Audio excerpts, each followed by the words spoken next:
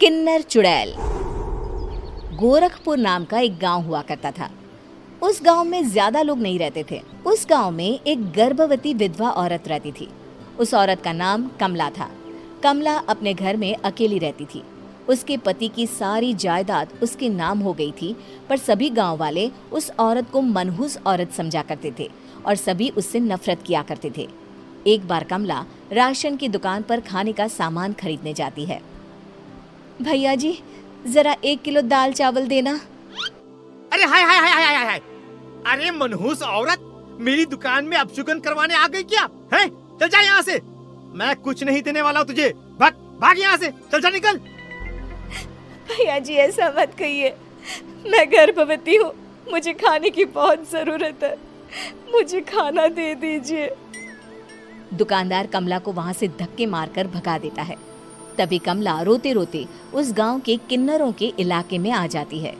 गांव वाले किन्नरों को उसी इलाके में रखा करते थे, क्योंकि वो लोग किन्नरों को पसंद नहीं करते थे और उनके इलाके में रहने से मना करते थे। तो किन्नरों ने उसी गांव में अपना एक इलाका बना लिया था। जब किन्नर लोग देखते हैं कि एक गर्भवती महिला रोते रोते उनके इलाके में आ गई है, तो सारे किन्नर कमला के पास जाकर उसका हाल पूछने लगते हैं। क्या हुआ बहन, तुम्हारी गर्भवती अवस्था में इतनी बुरी हालत कैसे?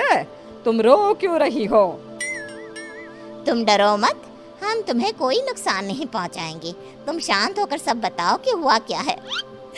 मैं कमला हूँ, मैं गांव के दूसरे इलाके से आई हूँ। 2 महीने पहले ही मेरे पति की मौत हुई है। मुझे गांव के लोग मनहूस मानते हैं, क्योंकि मैं विधवा हूँ और गर्भवती भी। वहाँ के लोग मुझे खाने के लिए कुछ बेचने के लिए भी तैयार नहीं, जिससे मेरा गुजारा नहीं हो रहा था।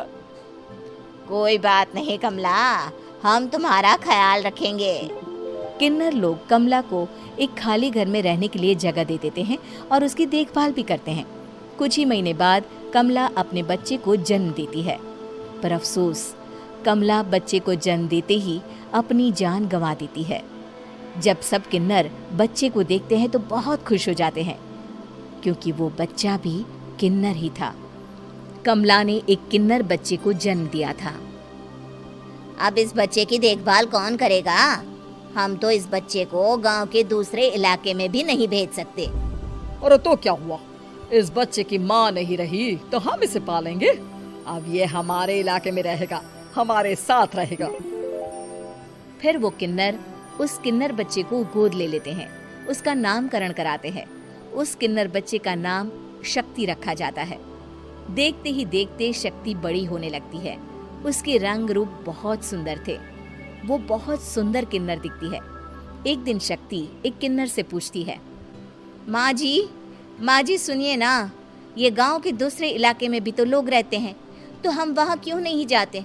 हम उनसे अलग क्यों रहते हैं? शक्ति, क्योंकि वो लोग हमारे जैसे नहीं, वो लोग हमें पसंद नहीं करते, इसीलिए हम उनसे अलग रहते हैं। क्यों? वो हमें क्यों पसंद नहीं करते? मुझे एक बार उस इलाके में जाना है, मैं एक बार वहाँ जाकर घूम कर आऊं। शक्ति, खबरदार, जो तू उस इलाके में कभी भी गई तो अपनी जान नहीं गंवाना चाहती तो उस इलाके में कभी कदम भी नहीं रखेगी, समझी? इतना कहकर वो किन्नर वहाँ से चली जाती है। शक्ति उस किन्नर की बात सुनकर बहुत रोती है। माँ जी, ऐसा कैसे कह सकती है? उन्होंने इतनी सी बात के लिए मुझे इतना डांटा। अब तो मैं उस इलाके में जरूर जाऊंगी। फिर एक दिन शक्ति गांव के दूसरे इलाके में चुपके से जाती है। ये लोग तो हमारे जैसे ही इंसान हैं, तो ये हमसे नफरत क्यों करते हैं? जब शक्ति उस इलाके में पहुंचती है तो गांव के सारे आदमी उसके रूप से मोहित हो जाते हैं। वो लोग ये अंदाजा नहीं लगा पाते कि वो किन्नर है। शक्ति की सुंदरता देखकर सारे गांव वाले उसकी तारीफ करने लगते हैं। तभी गांव का चक्कर लगाने गांव के जमींदार का बेटा हर्ष वहां पहुंचता है। हर्ष भी दिखने में बहुत सुंदर होता है। जब हर्ष ने शक्ति को देखा तो वो भी उससे मोहित हो गया, और जब शक्ति की नजर हर्ष पर पड़ी तो वो हर्ष को देखकर मोहित हो गई। आपको पहले कभी इस गांव में देखा नहीं। इस गांव में आप नए हैं क्या? जी नहीं, वो मैं बस। तभी शक्ति बोलते बोलते रुक जाती है और मन में सोचने लगती है, अगर मैंने इनको बता दिया कि मैं दूसरे इलाके से आई हूँ तो वो समझ जाएंगे कि मैं किन्नर हूँ, इसलिए मुझे इनसे झूठ ही बोलना पड़ेगा। शक्ति हर्ष को कहती है, जी हाँ, मैं इस गांव में नई आई हूँ, यहाँ अकेली रहती हूँ। वैसे आप कौन है? आप भी इसी गांव में रहते हैं? जी हाँ, मैं इस गांव के जमींदार का बेटा हूँ। आपको किसी भी चीज की जरूरत पड़े तो आप मुझे बता देना, मुझे अच्छा लगेगा। ऐसे ही शक्ति और हर्ष एक दूसरे से रोज मिलने लगते। वो दोनों अपने प्यार का इजहार करने एक दूसरे से मिलने जाते हैं। तभी शक्ति का पीछा करते करते एक किन्नर वहां आ जाती है। शक्ति, मैं तुमसे बहुत प्यार करता हूँ। मैं तुमसे शादी करना चाहता हूँ। क्या तुम मुझसे शादी करोगी? हाँ हर्ष, मैं तुमसे शादी करूंगी, पर मैं तुमको अपने बारे में एक सच्चाई बताना चाहती हूँ जो मैंने तुमसे छुपा कर रखी है। तभी उनके बीच में ही वो किन्नर आ जाती है। शक्ति, तेरी हिम्मत कैसे हुई ऐसा करने की? वो किन्नर शक्ति को खींचकर गांव के जमींदार के पास ले जाती है। हर्ष भी वहां शक्ति को बचाने के लिए पहुंच जाता है। जमींदार शक्ति और हर्ष के प्यार के बारे में सुनकर गुस्से में आ जाता है और शक्ति को गांव के बाहर निकालने की सजा देता है। शक्ति ये बात सहन नहीं कर पाती और कुएं में कूदकर अपनी जान दे देती है। जमींदार हर्ष की शादी गांव की एक लड़की से करवा देता है, पर हर्ष इस शादी से खुश नहीं होता। शक्ति अपना बदला लेने के लिए मरने के बाद किन्नर चुड़ैल बन जाती है।